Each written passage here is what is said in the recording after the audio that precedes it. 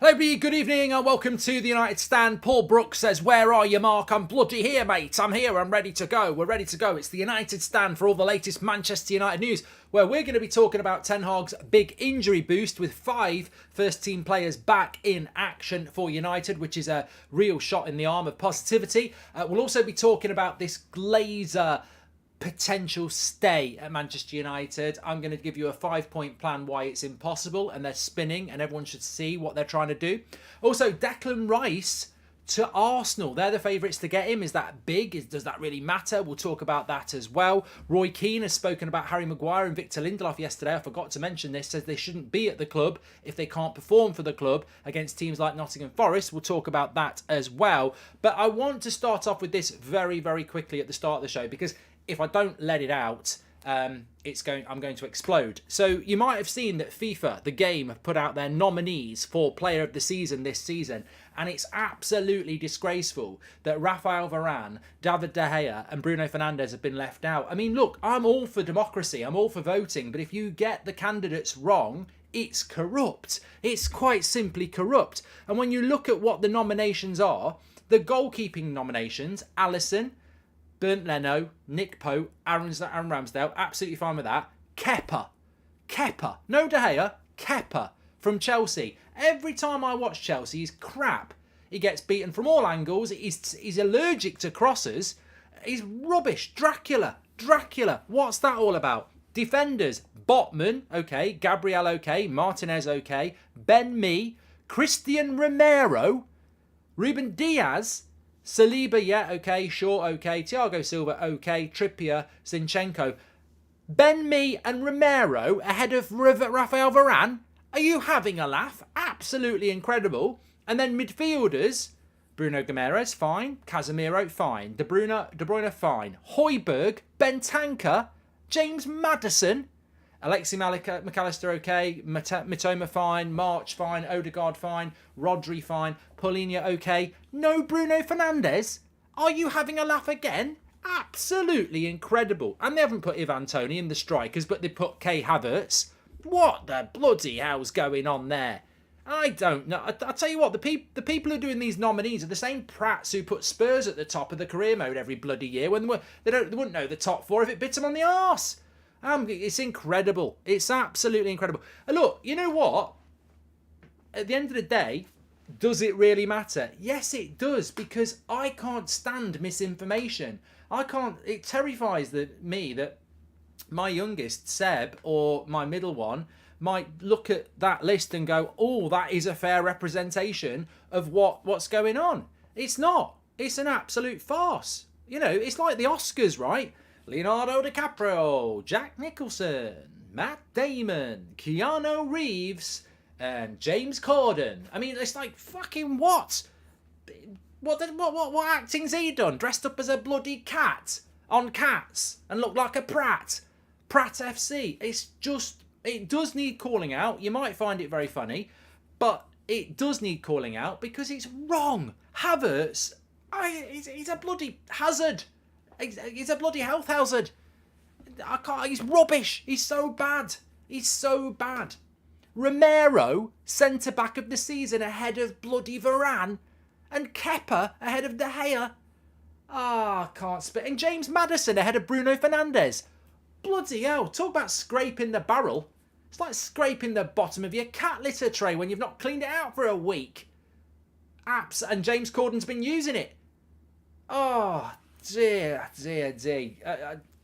Somebody call the Sun, because that bloody nomination list is scraping the bottom of the barrel of shit. I'm telling you, rubbish. Anyway, I've got that off my chest. Thank you for listening. Sumi says, Glazer's bloody out. I can't speak. Yeah, well, we'll get on to that. But, yeah, look, maybe we'll come back to that. Maddison has been class this season. Yeah, he has. He's been bloody class. He's been injured for most of it. And Leicester are going to get relegated. He's been brilliant, mate. He was bloody brilliant a couple of weeks ago when I watched him and he was shit. Yeah. Look, I don't care whether you like James Maddison or not. If you think James Maddison's had a better season than Bruno Fernandes, football's not for you. In fact, I'd get yourself down A&E with a big tub of lube so they can remove your head from your arse. Maddison's better than Bruno Fernandes. Bloody hell. What's next? What's next? Maguire's better than bloody Saliba or something like that? Because it's the same level. Aaron Fitz, thanks for gifting 5 members. He's a legend from Twitch. He's come over here now. He's a legend, Aaron. He's an absolute legend. These nominations are powered by esports. EA have exclusive deals with Chelsea, hence their players involved, says Shahan. Yeah, look, to be honest, Shahan, I know how it works. But doesn't mean that we can't call it out as ridiculous, because ultimately what you're saying, Shahan, is that this is not a team of the season. This is just a joke. You know, you want it to be real, don't you? And look, you can build the real team of the season from the candidates. I'll give them that. But some people would put Bruno Fernandes in their team of the season. Some people would put Ivan Toney in their team of the season. Some people would put De Gea in there. Some people would put Varane in there. But you can't, because they've got prats like Havertz in there. Anyway, let's move on. Lots to get into the show tonight. Looking forward to it. So I'm going to start off. I want to talk about this Glazer thing, but let's just talk about this. Havertz on the list is a disgrace. He's rubbish, says Danny. He's rubbish.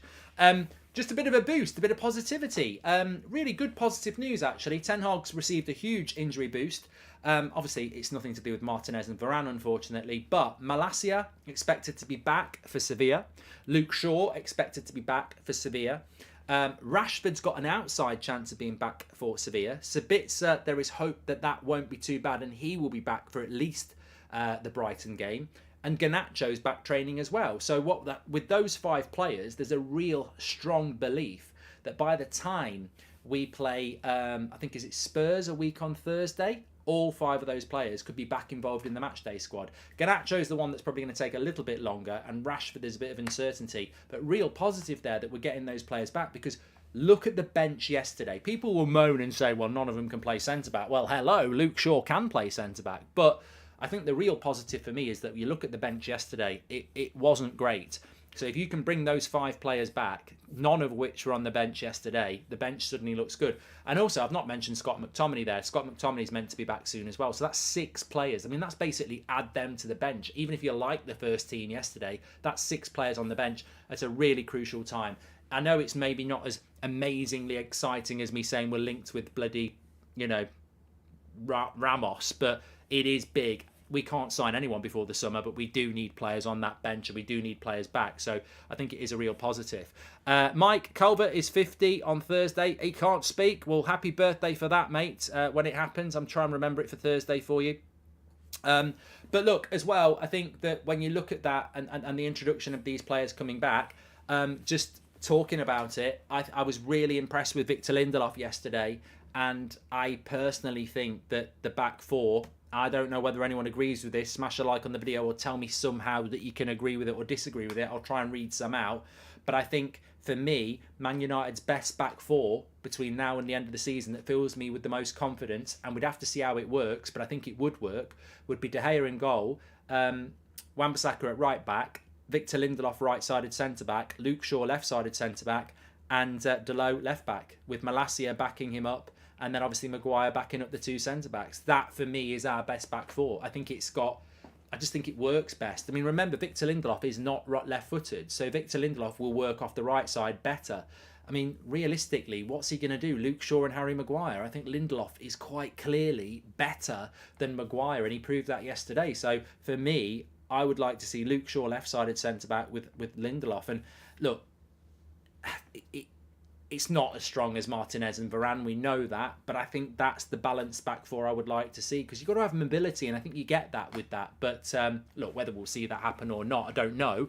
But the reason I mention it, and it's not a Maguire witch hunt, it's because Maguire can't play against Brighton. So I think that, look, Brighton's going to be a tougher game. Here's some breaking news for you. Brighton's going to be a harder game on Sunday than Sevilla on Thursday. So I would play the same back 4 that you're going to play against Brighton. I don't think he'll do that. I think he will use Maguire, but personally, I think get them playing together in a difficult situation. Maybe play Sabitzer and Eriksen and move Casemiro to centre-back if we needed to, says Shahin. Well, we can do the preview tomorrow night, but I'm just saying I quite like that. Currently recovering from laser eye surgery, and nothing better than listening to the United Stand during the recovery. I can't see, says Bullo. Pass my glasses, I can't see. People are going to clip that and say that I'm being horrible, but I can't speak. I can't breathe. I can't see. I can't see. These nominations are powered by EA Sports. EA have exclusive deals. We've done that one from Shahid. Maybe place. Yeah, I've done that one as well. Maybe we can use that one as well. I can't believe my eyes. I can't see. So yeah, look, really, really interesting. And you know what? Just on that as well, I don't know whether you heard what what Roy Keane said yesterday after the match. He said that effectively Lindelof and Maguire shouldn't be at the club if they can't perform and keep Nottingham Forest quiet. And you know what? Some people took that as a negative, but actually I think Roy Keane communicated his point absolutely perfectly. And I think sometimes we're very critical of the ex-players. They can be a bit over the top. They can be a bit moody. They can be a bit biased. They can be a bit bitter. But I actually thought what Roy, you know, I've said it with Scholesy a few times. I've said it with Gary Neville a few times, and I'll say it with Roy Keane. I think he absolutely nailed it yesterday, because what he actually said is, he said that Maguire and Lindelof did okay. I think he actually said they did quite well. But what he also said is, look, they shouldn't be at the club if they can't perform against Nottingham Forest. Nottingham Forest are a relegation side. They shouldn't need the midfield to have to protect them. They should be able to... It's Nottingham Forest. The fact that some United fans were concerned about Maguire and Lindelof yesterday, really, these are international players. They shouldn't be at the club if we're concerned about them playing against Nottingham Forest. And I thought Roy Keane was absolutely spot on. And look, they didn't do anything wrong yesterday. They got us a clean sheet. But it is a good point. We shouldn't have to be that concerned about our centre-backs against a team like that, or Sevilla, or Brighton, like that. And I think ultimately that's not having a pop at the players, because they did well yesterday, but that's about where Man United need to go. You could say the same about Fred and McTominay. If we want to compete at the highest level, look at what happened in the Champions League final in 1999. Roy Keane and Paul Scholes got suspended. Now, imagine if we were in a Champions League final now and Casemiro and Bruno got suspended. You'd all be going, it's the end of the world. Just hand them the trophy. I'm not bothering. I'm not even going to watch it. I'm going for a big walk where I'm going to cry. That's not what I did in 1999, and that's not what any United fan did in 1999. We still played Bayern Munich without Keane and Scholes, and we still fancied it. And you know what we did? If I remember correctly, Nicky Butt, David Beckham, Jesper Blomqvist, and I think Phil Neville played in the midfield four, and we did absolutely fantastic. That's the quality you need. That's what you need, and that's the next step, and that's what Ten Hag will be looking for. We shouldn't have to panic about our midfield if Casemiro's out. We shouldn't have to panic if Martial gets injured because it's Weghorst, and we shouldn't have to panic if Martinez and Varane are out. We need the quality of player that we trust, and these players either need to step up, and that's what Roy Keane was saying, or step out. Malacia deserves his chance as starting left-back now, otherwise what's the point of him, says Will B. Well, I think it'll be a very interesting point. Aaron, thank you very much for gifting your memberships. Look, let's run a poll on that. Let's run a poll on that, because I think it's a good point. I want to talk about this Glazer stuff. How would you have backed Rashford or Martinez? How do we need more, says Alan. I think you need to write that better, Alan, because I don't know what you mean. Mark, if Ten Hag calls Harry Maguire crap again in his interviews, Southgate will call on his bannermen and go to war with Ten Hag, says James. The battle of the bastards. No, the battle of the bastard against the Prat. Anyway, let's go with this. Who should be starting left back? I mean, we're assuming Luke Shaw's not going to be at left back. So, Delo or Malacia, basically. I think it'd be very interesting, because I think Ten Hag really likes Malacia. I really like Malacia. I think it's really unfair, actually, how one game people turn on people. I like Malacia. I think he's had a really good first season. He cost no money from Feyenoord. He was the starting left back at the start of the season, and then Luke Shaw won his place back. I think he's progressed. I think he's learning. I think he had a bad game last Thursday, but overall I've been very happy with him. And he had a bad game on Thursday, and people are like, "Oh, he's shit. He's this, that, and the other." I mean, it's just so flippant. It's too quick of a change. I don't get it. I was so happy with Delo yesterday as well when he scored, because I look at when the games are going on, the amount of people are like, "Delo's shit. Why is he starting ahead of Wan-Bissaka?" And I'm like, I really like Delo. You know, he's young, he's hard-working, he's talented. He had a really good season up until the World Cup. Wan-Bissaka's come in and been brilliant, and everyone doesn't like Delo now, because you know what? I think a lot of people in our fan base deal in absolutes. They can't deal with both. They're like, it's either Wan-Bissaka or Delo. I must hate one and love the other. Whereas I like both. I don't really care who starts. I like both. And same with Malacia and Shaw. They're Man United players. You know, Delot, when he was at AC Milan, the reports back on him from Italy were unbelievable. His work rate, his eagerness to learn. He was absolutely methodical and so professional. I really like Delot. I still think he's got bits to learn, but I really like him. I think if he'd come from the youth setup and been born in Salford and his name was Dale, I think he'd be absolutely loved. I don't get it. I really, really do like Delot, and I really like Malacia, and I like Luke Shaw, and I like Wan-Bissaka. Personally, I wouldn't be looking to buy a fullback, but we don't know what the full story is there. But I love Delot. I think he's fantastic, and I'm really happy with Malacia as well. I just think that Luke Shaw needs to shift to left-sided centre-back because he gives us balance with the left foot, and therefore it has to be Malacia or Delot. Did anyone hear Neville talking about Casemiro's tackle in yesterday's game? Say it's no wonder he gets so many red cards. Media bias, says Phil. Is that true, or am I being trolled there? Because I know the tackle. I know what tackle it was, Dale. I know exactly what tackle it was. And I might just shock you. I actually agree with Gary before we move on to this Glazer thing. But I didn't listen to I don't listen. Obviously, I'm talking to you people. So it is true. He said, so let me just read what, thanks for the super chat, by the way, Phil. He says, so Neville talking about Casemiro's tackle yesterday, saying it's no wonder he gets so many red cards, media bias. I know which tackle he's on about. It was in the second half towards the end of the game around the centre circle, and he went in really hard. It was, you know what? It was the same tackle he did against Southampton. But, you know, he literally, I agree with Footy Trivia, he doesn't get many red cards. He hardly got any red cards for Brazil or Real Madrid. He's just a marked man in this league. I mean, my response to that would be that the red card he got for the... I mean, I feel like we're just repeating this, but remember Eric Ten Hag has said this, so it's not just my opinion. It's the same opinion that Eric Ten Hag has. What are we talking about so many red cards? He hardly got any red cards at Real Madrid. He hardly got any red cards for Brazil. And the red cards he's had in this league are completely and utterly corrupt. The grabbing of the shirt collar, there was a player grabbing Fred's neck in the same incident. And every subsequent week after, we've seen people grabbing people in the neck. So why did he get a red card and they didn't? Because it's corrupt.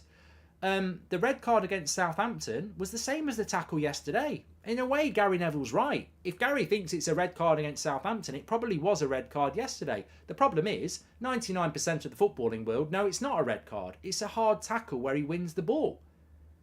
This is football.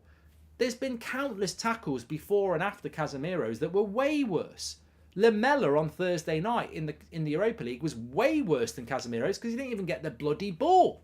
So I just think Casemiro is being marked. You know, I use the joke that's a red card for Casemiro because I just think he's being a marked man unfairly. I don't think it was a red card yesterday. I don't think it was a red card against Southampton. And you know why? Hello, because you can win the ball and hurt someone. That's what you can do that. It's called physicality. It's a physical game. To be honest, if you had Maguire in right centre back, you need to have Aaron Wan-Bissaka beside him for more defensive cover, says Aziz. Who would you rather back from injury, Rashford or Martinez, says Alan. Oh, wow. What a question, Alan. Oh, Alan. That's a great question. Who would you rather have back from injury, Martinez or Rashford?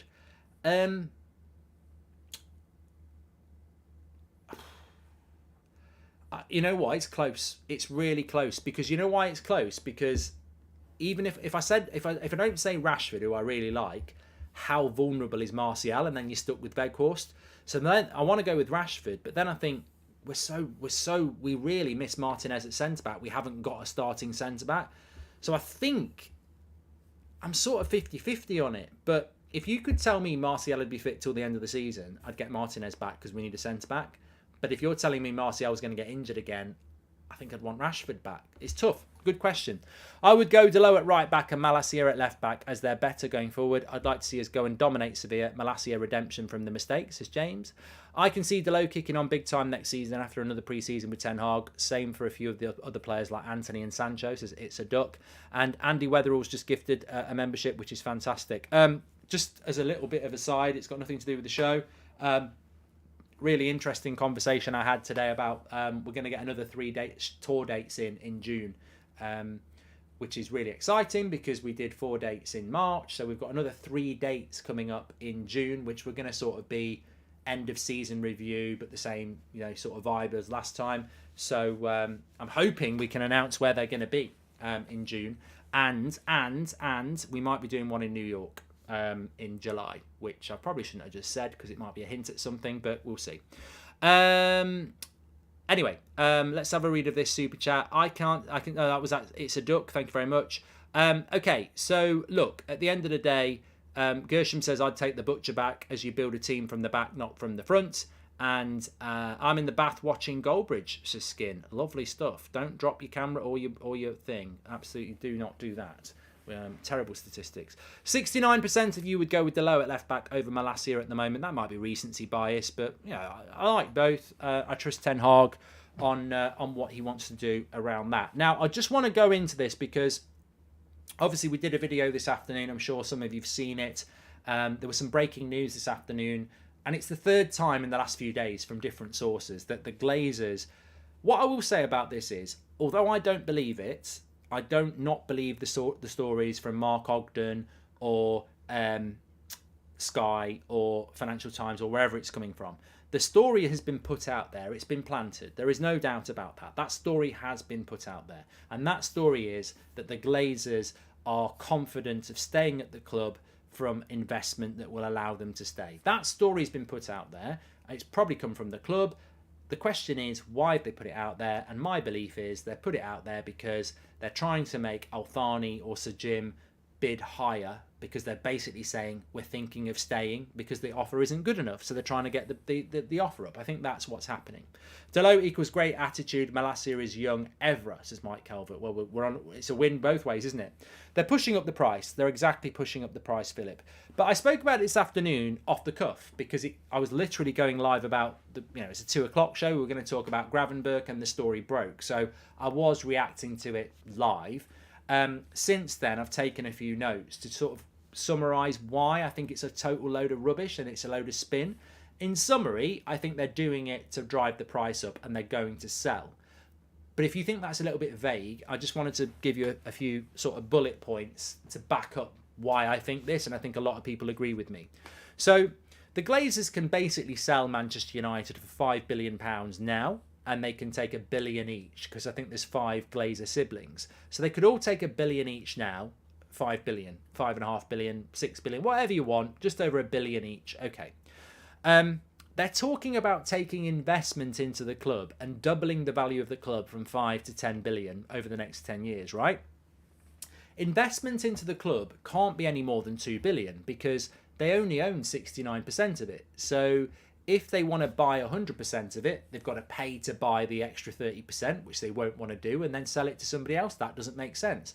So if the Glazers are going to take investment, they have to sell some of their 69%. And you can't go below 50% because then you lose controlling stake. So they can only sell about 18% of the club, which means they can only get, based on their own valuation of 6 billion, about 1.7 billion.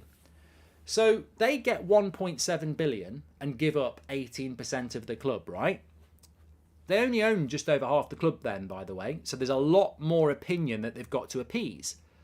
1.8 billion amongst the 5 of them is what? 300,000? Around 300,000? It's not a billion, is it? 300 million, sorry, not a bit. 300 million each, and they still own half of the club. But no investor's going to say, we're giving you 1 point whatever billion, and then you're going to spend it on yourselves. We want that to go on the stadium. So it doesn't make sense. The Glazers can't sell 18% to make 300 million each and then keep half of the club because the investors want to double their money. So that 1.7 billion to buy 19% of the Glazers' share of United should go to the Glazers, and maybe they take 300 million each. The problem the investors got then is that 1.7 billion is gone. It's gone in the Glazers' pocket. They own 19% of the club for 1.7 billion, but you're in the position we are today. 2 billion needs spending on a stadium. Another billion needs to clear the debt, and you need to buy transfers, and you need to buy infrastructure.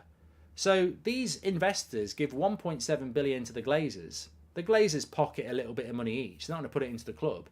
You still need to find the money for a stadium, 2 billion, and you still need to clear the debt, which they probably wouldn't do, and you still need to buy players. So these investors, they're already 1.7 billion down, and then they've got to find more money.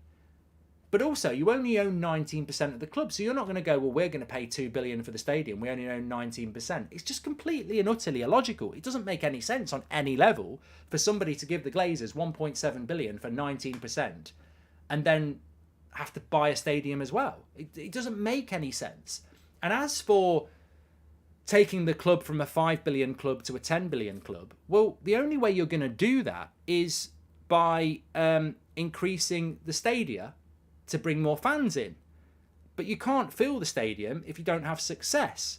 And you can't improve and make the team successful without spending on the transfer market. So if the Glazers want to take this club to a 10 billion club, they've got to build a stadium, 2 billion. They've got to buy players, anywhere between $500 million and $1 billion to get us as good as Man City.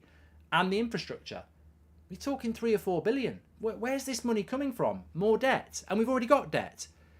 It's the most illogical thing I've ever heard.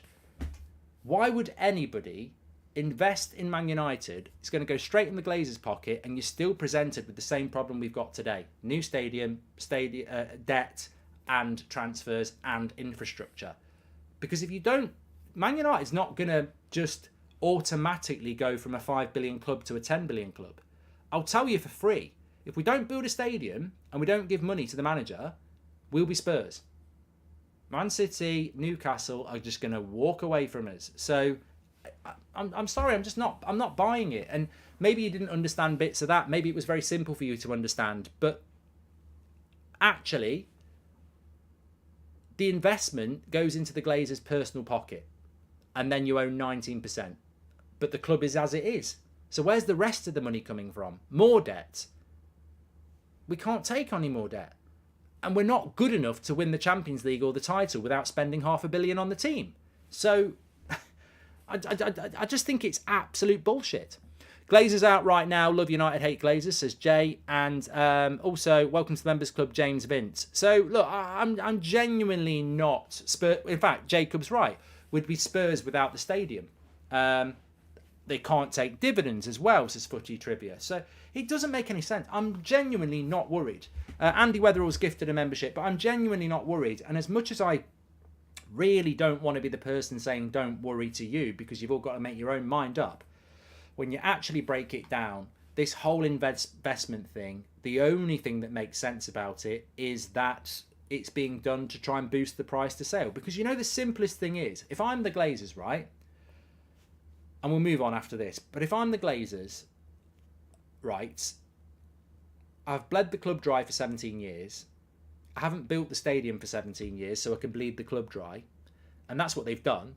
They couldn't take the dividends for the last 10 years if they'd wanted to build a stadium. So they had a choice. 10 years ago, the Glazers had a choice. Are we interested in Man United and are we going to build a stadium, or are we just going to take dividends out? And they took dividends out and the stadium rusted. So the Glazers don't want to spend any money. They want dividends. But they can't get dividends now because the club needs to spend money. So let's take 1.7 billion instead of 5 and walk away. Greedy people, in a simple sentence, if you're greedy and mercenary, the best option is to take £5 billion and walk. Because if you don't take 5 billion now, you'll never get it again, because you are going to sink this football club. We are not at the start of a fantasy here. This is not the feel-good factor. This is not Lollipop Lane. Under the Glazers, with Ten Hag, we will fail. There is no money. There is no stadium. There is just debt and failure. Look, I love Ten Hag. He's the right man under the new owners. But Ten Hag's not invincible. He's been stuffed by Liverpool. He's been stuffed by Man City. He's been stuffed by Brentford. He's been beat by Brighton. He can be beaten with the Glazers in charge. Ten Hag can be as good as Pep. I believe he can. And people will say that's stupid, but I think he can challenge Pep. But he's got to have what Pep's got. He cannot succeed under the Glazers. And if the Glazers think they've got Sir Alex Ferguson on their hands, they're very mistaken. There is no Sir Alex Ferguson these days. So, look, they're going to have to sell, or they're really thick. Even if the club reaches 10 billion valuation, they will only own 50%. That's 5 billion. They're getting 6 billion now. Exactly, Nishant. Exactly. If they take the value of the club to 10 billion, which they never will, they'd only get 5 billion anyway, because they'll only own 50%. On every single level, it makes no sense for them to to take investment. And you know what? They will never take Manchester United to a 10 billion club, because you don't become a 10 billion club just because, it's not the Gary Neville seal of approval. We're Manchester United. We're worth 10 billion. That's not what's going to happen. Gary will tell you that. I'll tell you that. You can tell that yourself. We'll never be a 10 billion club if we're not in the top four and we're not winning things. If the Glazers were to stay, do you think if Ten Hag threatened to leave, would it make a difference? No, mate. They're not interested in us, so I don't think they give a shit about that. Also, Mark, 4 out of the 6 Glazers want to leave completely. Joel and Avram won't be able to keep control of the club either way, says Glenny Boy. The only thing I would say, just before we move on, that could be possible, but would be look, actually, I'll say it this way. If the Glazers stay at this football club and take on investment, it's worse than having the Glazers. If we take investment in, that's worse than what we've had. Well, because it's whoever invests in this club are outing themselves as mercenaries.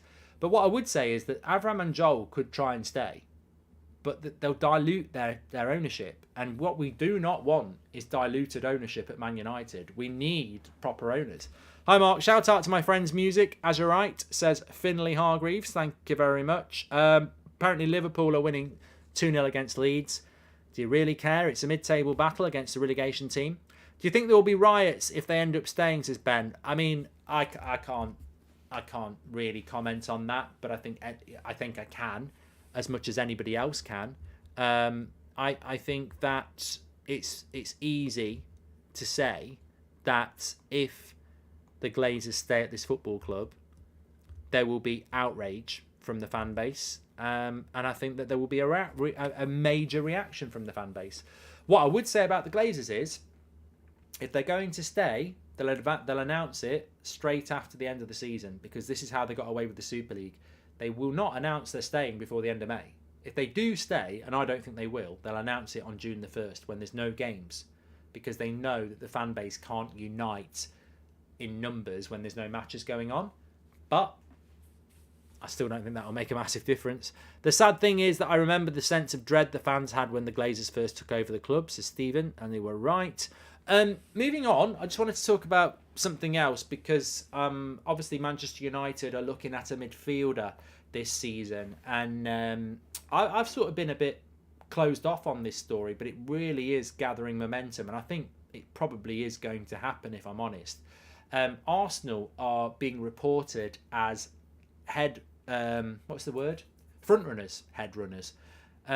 frontrunners in signing Declan Rice. So it looks like Declan Rice is nailed on to go to Arsenal. I read this and I thought, I've got to bring this in the 8 o'clock show, because I really want to just read a few comments about what your thoughts are about Declan Rice going to Arsenal. What does it make you feel? Mark, you are overlooking that the Glazers shares have a 10-1 voting right over common shares. They own 69% of all shares but control almost 96% of the voting rights, says Cup of Elijah. Yeah, I think you make a really good point there, but ultimately, all right, they've got voting rights, I agree with that, but they're diluting the value of their shares. I think the most relevant point is that it makes no logical sense. Forget voting rights, because what are you voting for? If they take on investment, they'll pocket it for themselves. They have 50% or 51%. They've got all the voting rights, but they only own 51%.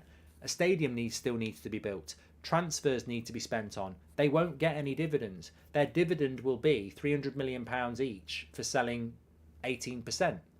How are they going to take that club that they could have took 5 billion for to 10 billion when they've got to spend 2 building a stadium, 1 clearing debt, which they won't actually do, and transfers and infrastructure? It doesn't make any sense. And even if you did take the club to a 10 billion club, you only own 50% of it anyway. If they stay, they're doing what we know they are. And who invests in them are doing what we know they are. They are anti-United. They are enemy of Manchester United if they stay. They are doing it, and it makes me sick, But these people, whether it's the investment company keeping them or the Glazers, they are literally sat in their house treating the Manchester United Football Club as a spreadsheet. They are ignoring the Busby Babes, Sir Alex Ferguson, Sir Matt Busby, George Best, Dennis Law. They're ignoring all of that, all of the history, all of the passion, all of our relatives that aren't here anymore that love this football club. They're ignoring the human element of this great football club to make money off it. And that's what they're doing if they stay. They are, there's a word for this, and someone mentioned it about 6 months ago. They are basically asset strippers. They are basically crumbling this club down as much as they can, squeezing the life out of it, taking every bit of money they can. And if they stay at the club, that's an even bigger statement about what they are. Quiet Mind says, shout out to my beautiful wife, Marie Therese. She's obviously letting him watch the United Stand, and he wants a bit, but there we go. Andrew Lyman, welcome to the... I'm only joking. Welcome to the Members Club, and shout out to Therese. Yeah, so what are you thinking about... what do you think about Declan Rice? Does it bother you that he might go to Arsenal? I'll be honest, and I can summarise this very, very quickly. Declan Rice is sort of like Harry Kane to me. I think people think I don't like Harry Kane. I do. I think he's world class. I think people think I don't like Declan Rice. I do. I don't think he's world class, but I think he's a very, very, very good midfielder, and I think he will do very well at Man United or Chelsea or Newcastle or Arsenal or even Man City. I think he'd be a very, very good player. My problem with Declan Rice is I think there's better, and D says they can have him. We don't need Rice, a CGI future. He's overpriced, says Anthony, and he can jog to Arsenal, says Trigger, and not bothered, says Vic. Don't really care, says Aja. I'm not bothered either, says Lion Jason. So, look, I think for me, Arsenal will buy a good player if they buy Declan Rice. And I think he's a really good player. So I'm not disrespecting him, but I don't want him. It's the same as Harry Kane. I think he's world class. I just don't want him. And what, again, it's a bit like the I hate Delo, I love Wan-Bissaka crowd. They can't get their head around it because they either love Harry Kane, and if you don't want him, you're a hater. I don't hate Harry Kane. I just would prefer somebody else. If we buy him, I'll back him. If we buy Declan Rice, I'll back him because he's a Man United player. But I don't want Declan Rice. I think he's overpriced. I don't think he's really worth any more than 60 million. And I think you will pay north of 80, maybe even 90. So for me, I think Arsenal will get a good player. And if they can afford him, that's absolutely fine. But for us, there's better out there for way less. And also, for that price, you can get De Jong. In fact, I think you'll get De Jong cheaper. And De Jong is a better player than Declan Rice. So for me, I hate the words, but there's better value in the market. He's a good player, but there's better value in the market. And I would be terrified of buying Declan Rice for 90 million and then seeing Liverpool get Gravenberch for 30 or Alexi McAllister for 55. I mean, imagine that. Liverpool get Alexi McAllister and Gravenberch for the same price that we pay for Declan Rice. And that's what worries me. It's the value of it. If you could get Declan Rice for 60 million, I'd be there going, I quite fancy that. But the price for me, and look, it's sad, but the price does matter. Of course it matters. One of my big problems with Harry Kane this summer is that I know it's going to take all summer. I know he won't go on tour. I know he won't play the first game of the Premier League season. I know we'll still pay £100 million for him at the end of August. That, for me, is not helping Ten Hag. That is not helping us prepare for a new season. So, I like Rice. I think it's interesting that he's going to Arsenal. But if I'm absolutely honest, and I will be, there's a sense of relief. And not because he's a bad player. If he came to United, I'd be quite excited. But I'm quite relieved if he goes to Arsenal because it means we're not buying him. And my ideal summer is really about quality and quantity. I want the best striker we can get. I want the best midfielder we can get. I want the best centre-back we can get. But I'd bloody love it if it was Kim Min-jae, Frankie de Jong and Victor Osimhen. I'd love that. And I think you could do that for around 210 million. About 100, 110 for Osimhen. About 60, 70 for De Jong and maybe, the 40 for Kim Min-jae. But I think it's an interesting one. And again, I like talking about it because I think ultimately we shouldn't live in a world where it's he's shit or he's brilliant, or I want him or he's shit. I do like Kane. I do like Rice. I see the value in them, but I don't like the value of what they are compared to what else we could do. And also, I just think that, I don't think De Jong will leave Barcelona, by the way. I really don't. But GG says Barcelona won't accept 60 or 70 for De Jong. Well, they will do, because they would have took it last summer. And he's had a year less, and he's still their biggest earner. Barcelona, look, the reality is Barcelona will take 60 or 70 for De Jong if he's for sale, which I don't think he is. And the reason they will do that is because they're only selling him to clear his wage anyway.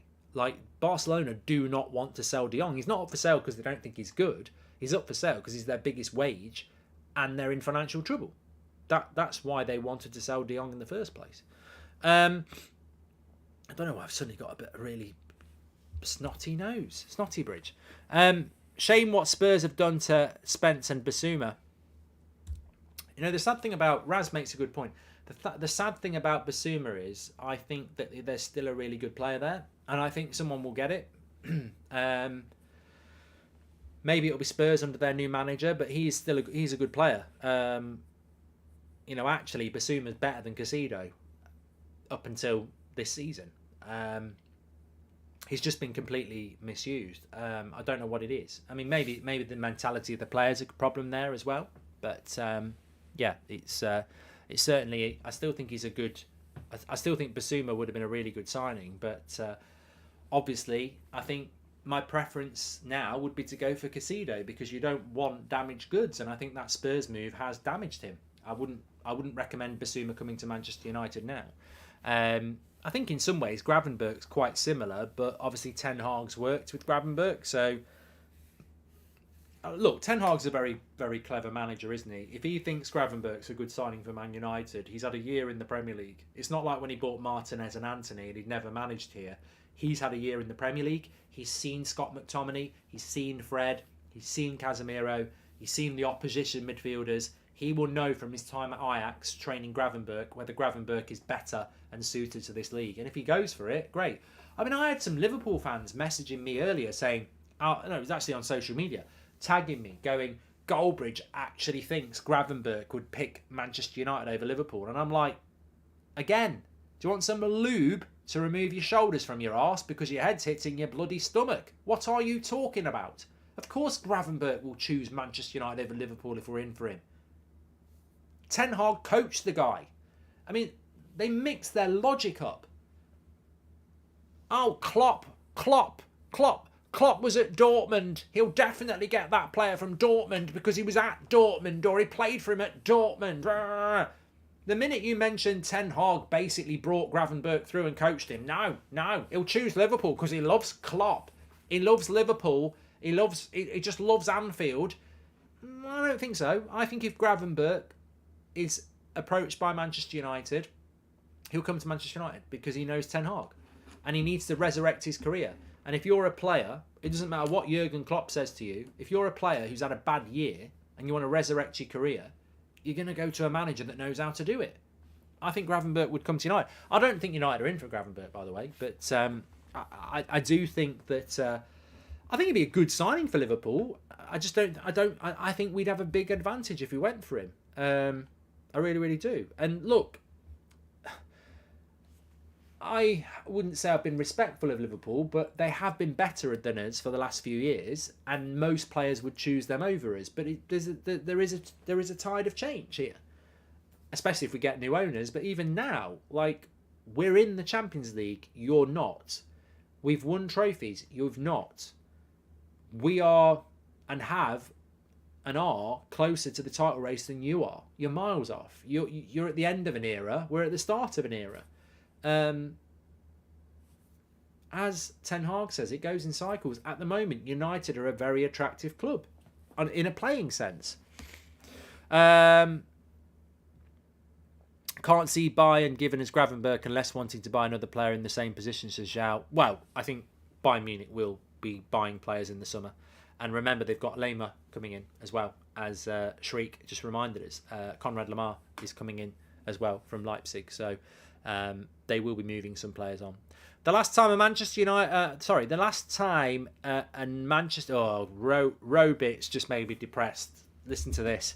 He says the last... Or she says, or he says, the last time a Manchester club won the treble, they had a Norwegian striker. Look, I don't want to talk about the treble because I think it's a possibility, but Liverpool nearly won a treble in 77. We did win a treble in 99. Every 20 years or so, somebody does or nearly does do a treble. Like, it's well overdue. I hoped in my lifetime I would never see anybody else win it. That's quite selfish, but I don't want anyone else to have what we had.